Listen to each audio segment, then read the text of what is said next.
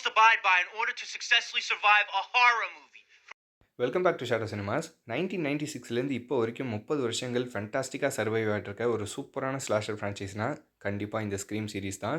So இப்போ கூட லேட்டஸ்ட்டாக அதோடைய 7th இன்ஸ்டால்மெண்ட் தியேட்டர்ஸில் ரிலீஸ் ஆயிருக்கு. பார்க்காதவங்க கண்டிப்பாக போய் செக் பண்ணி பாருங்கள். ஸோ இந்த படத்துக்கு பின்னாடி இருந்த ப்ராப்ளம்ஸ் என்ன, இந்த படம் எப்படி வந்திருக்கு, ஓவரால் ஃப்ரான்ச்சைஸ் எப்படி இருக்குன்ற அனாலிசிஸ் தான் இந்த வீடியோவில் பார்க்க போகிறோம். கடகடன்னு பார்த்துடலாமா? இந்த ஃப்ரான்ச்சைஸோட ஃபஸ்ட்டு படம் 1996 ஸ்டார்ட் ஆகுது. தரமான சம்பவம். ஸ்லாஷர் ஜானரில் ஹூட் அண்ட் நீட்டை மிக்ஸ் பண்ணும்போது எந்த அளவுக்கு பெஸ்ட்டாக கொடுக்க முடியும் அப்படிங்கிறத சூப்பராக காமிச்சிருப்பாங்க. 1970s 80s 90ஸ்லாம் அதிகமாக ஹாரர் ஜானருக்கு கான்ட்ரிபியூட் பண்ணதுன்னா கண்டிப்பாக ஸ்லாஷர் ஜானர் தான். ஸோ அந்த மாதிரி ஏகப்பட்ட ஃபிலிம் ஃப்ரான்ச்சைசஸ் ஆல்ரெடி இந்த பீரியடில் எக்ஸிஸ்டன்ஸில் இருந்த போதும் இந்த படம் ஒரு ரெவல்யூஷன் கிரியேட் பண்ணுற மாதிரி பயங்கரமான ஒரு படமாக அமைஞ்சுது. ஏன்னா இந்த படத்தில் தான் டபுள் கில்லர் கான்செப்டை யூஸ் பண்ணியிருந்தாங்க. இதுபோல் ஹூட் அண்ட் நீட் ஜானரில் கில்லர் யார் அப்படிங்கிற மிஸ்ட்ரி ட்விஸ்ட்டை தான் கடைசி வரைக்கும் சஸ்பென்ஸாக பில்ட் பண்ணி கொண்டு போவாங்க. த்ரூ அவுட் த மூவி யார் கில்லராக இருக்கலாம் அப்படிங்கிற ஃபேக்ட்ஸ் அண்ட் டீட்டெயில்ஸ் கொடுத்துட்டே வருவாங்க.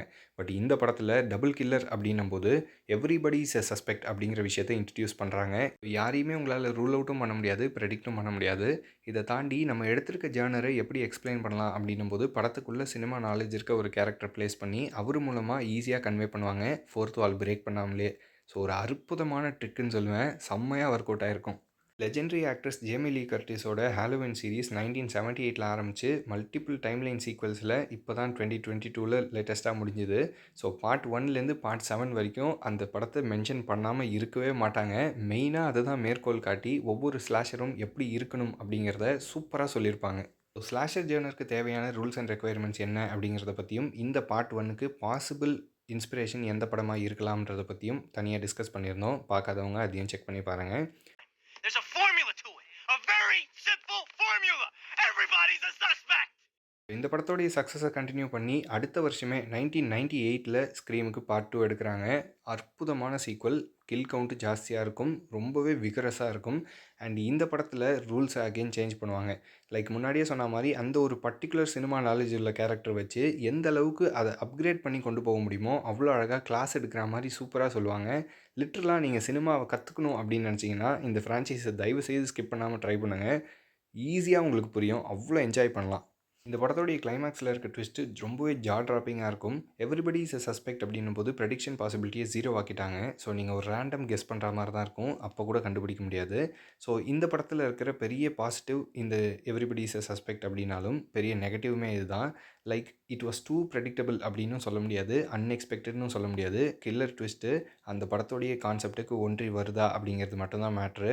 நீங்கள் உங்களுடைய ஓன் கட் ஃபீல்டில் ஏதாவது ப்ரெடிக்ட் பண்ணி வச்சுட்டு அது வராமல் போச்சுன்னா உங்களோட புவர் ஜட்ஜ்மெண்ட்டை நீங்கள் யோசிக்காமல் இந்த படத்தை குறை சொல்லி 10 காசுக்கு பிரயோஜனம் கிடையாது. இப்போ இருக்கிற நியூ ஜென்ரேஷன் ஆடியன்ஸ் இந்த தப்பு தான் பண்ணுறாங்க. இந்த படத்தோடைய டேரக்டர் வெஸ் கிரேவனுக்கு ஆரம்பத்தில் ட்ரையாலஜி பண்ணுற ஐடியா இல்லை அப்படின்னாலும் இந்த சீக்வலோட சக்ஸஸை கண்டினியூ பண்ணி 3 வருஷம் கழித்து 2000 பார்ட் 3 ரிலீஸ் பண்ணுறாரு. சூப்பராக இருக்கும். பட் என்னமோ தெரியல, இந்த படத்துக்கு மட்டும் ராட்டன் டொமேட்டோஸ் ரொம்ப கேவலமான ரிவ்யூ கொடுத்தாங்க.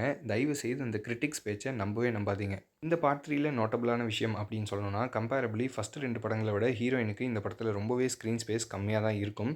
பட் கதையை அப்படி தான் கொண்டு போக வேண்டிய சூழ்நிலை போயிருப்பாங்க.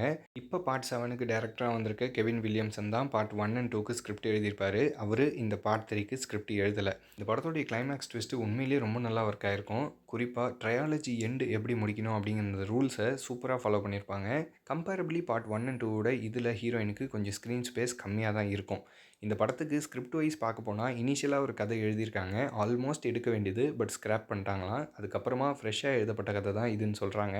ஸோ அந்த ஸ்க்ராப் பண்ணப்பட்ட ஐடியா என்ன அப்படிங்கிறத பற்றி லேட்டராக சொல்கிறேன். ஸோ இப்படி ஒரு சூப்பரான ட்ரையாலஜியை கம்ப்ளீட் பண்ண பிறகு மறுபடியும் ஒரு 10 years டைம் ஜம்ப்க்கு அப்புறமா இன்னொரு சூப்பரான ட்ரையாலஜி பண்ணணும்னு ஆசைப்பட்றாரு. அப்படி தான் 2011 இந்த ஸ்க்ரீம் 4 ரிலீஸ் பண்ணுறாரு. இந்த படம் ரொம்ப நல்லா ஒர்க் அவுட் ஆயிருக்கும். குறிப்பாக யார் கில்லர் அப்படிங்கிற ட்விஸ்ட்டை எதிர்பார்க்கவே மாட்டீங்க. அந்த ட்விஸ்ட்டுக்கு பின்னாடி இருக்க ரீசனும் பயங்கர விஷயஸாக அவ்வளோ ஈவலாக இருக்கும். கிளைமேக்ஸு செம்ம சாட்டிஸ்ஃபைங்காக இருக்கும். பார்ட் 5 and 6க்கு என்னமோ லீடெல்லாம் போட்டிருக்க மாட்டாங்க. பட் புது ட்ரையாலஜி பண்ணணும்னு ஆசைப்பட்டவர் அன்ஃபார்ச்சுனேட்லி இந்த படம் ரிலீஸ் ஆன கொஞ்சம் வருஷங்கள்லேயே இறந்து போயிட்டார். ஒரு வேளை இருந்திருந்தாருன்னா இந்த 5 and 6 என்ன மாதிரி ஒரு ட்ரையாலஜியாக மாறி இருக்கும் அப்படின்னு நினச்சி கூட பார்க்க முடியல. அன்ஃபார்ச்சுனேட்லி மிஸ் ஆகி போச்சு. ஸோ பார்ட் 1 and 2க்கு ஸ்க்ரீன் பிளே எழுதின கெவின் வில்லியம்சன் 3 ஸ்கிப் பண்ணியிருந்தாலும் இந்த பார்ட் 4க்கு ரிட்டர்ன் ஆயிருந்தார். படத்தோட குவாலிட்டி அவ்வளோ தரமாக இருக்கும், பயங்கர ரேசியாக இருக்கும். கண்டிப்பாக மிஸ் பண்ணாமல் செக் பண்ணி பாருங்கள். இந்த படத்தை கண்டினியூ பண்ணி மறுபடியும் ஒரு 10 வருஷம் கேப் எடுத்து 2022ல் பார்ட் 5 ரிலீஸ் ஆயிருக்கும். ஸோ இந்த 5க்கு 5ன்னு பேர் வச்சிருக்க மாட்டாங்க. பார்ட் 1ஓட பேரையே டூப்ளிகேட் பண்ணியிருப்பாங்க. ஸோ இது ஏன் அப்படிங்கிறது படத்துலேயே சொல்லியிருப்பாங்க. டைரக்டர் வெஸ் கிரேவனோடைய ட்ரையாலஜியை டைரக்ட் சீக்வல் எடுத்து கம்ப்ளீட் பண்ணி முடிக்க முடியாது. அதே சமயத்தில் கம்ப்ளீட்டாக இந்த கதையை ஃபஸ்ட்லேருந்தும் ரீபூட் பண்ண முடியாது அப்படின்னு சொல்லி 2 புது டேரக்டர்ஸ் இந்த ப்ராஜெக்டை கையில் எடுத்து பாதி ரீபூட் பாதி சீக்வல் இஸ் ஈக்குவல் டு ரீக்வல் அப்படிங்கிற மாதிரி படத்துக்குள்ளே இருக்க அந்த சினிமா நாலேஜ் உள்ள கேரக்டர் வச்சு சூப்பராக எக்ஸ்பிளைன் பண்ணியிருப்பாங்க.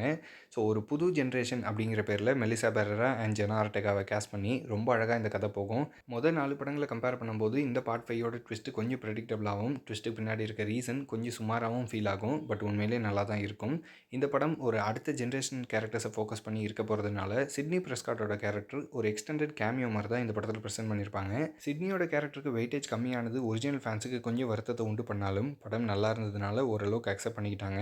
2023ல் அடுத்த வருஷமே பார்ட் 6 ரிலீஸ் ஆச்சு. இது ஓவராலாக கொஞ்சம் பாதி ரீபூட் அப்படிங்கிறதுனால பார்ட் 1 அண்ட் 2ஓட சாயல் ஹெவியாக இருக்கும். பட் ஸ்டில் 5ல் ஸ்டார்ட் பண்ண கதையை சூப்பராக கொண்டு வந்து முடிச்சிருப்பாங்க. ஒவ்வொரு கில்லுமே அவ்வளோ ப்ரூட்டலாகவும் பாஸ்ட்டில் வந்து மற்ற படங்களோட எப்படி கனெக்ட் பண்ண முடியுன்றதை யோசித்து முடிஞ்ச அளவுக்கு அந்த கேரக்டர்ஸ் அண்ட் டைம் லைன்லாம் ஒழுங்காகவே மெயின்டைன் பண்ணி ஒரு ப்ராப்பரான எண்டிங் கொடுத்துருப்பாங்க.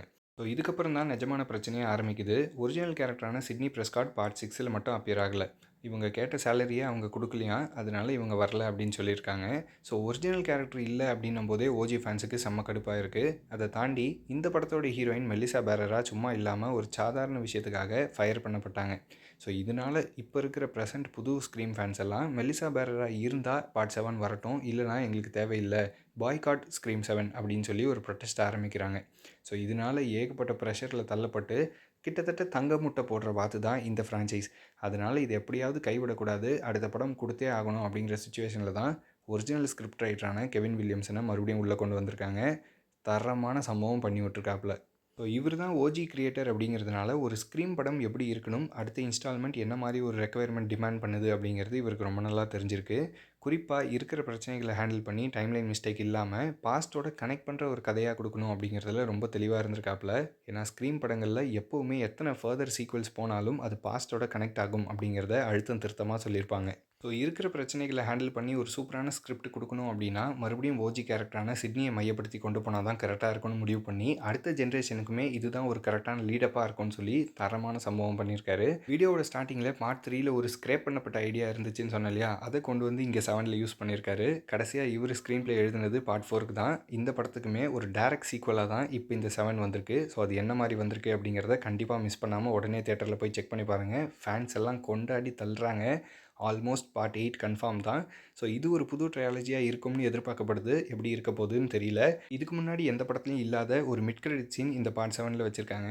தரமாக பண்ணியிருக்காங்க. கண்டிப்பாக மிஸ் பண்ணாமல் செக் பண்ணி பாருங்கள். இந்த பார்ட் 7ல் பண்ணியிருக்க ஸ்க்ரீன் ப்ளே மெத்தடை பேசணும்னா ஸ்பாய்லர் இல்லாமல் பண்ண முடியாது. ஹெச்டி வர வரைக்கும் வெயிட் பண்ணால் ரொம்ப லேட் ஆகிடும். சீக்கிரமாக இந்த வீடியோவோட சந்திக்கிறேன்.